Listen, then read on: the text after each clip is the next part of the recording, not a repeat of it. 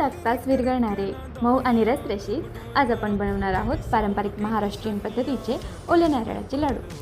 सगळ्यात आधी एक कढईत आपण 1 चमचा साजूक तूप गरम करा।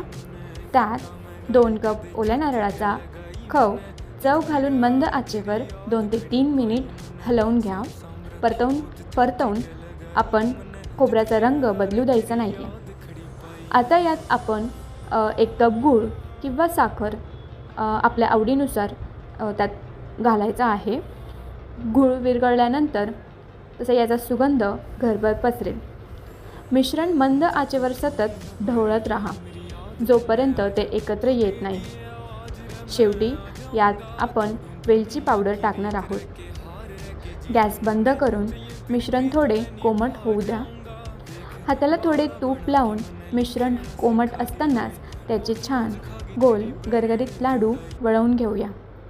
बघा किती सुंदर चकाकी आली आहे।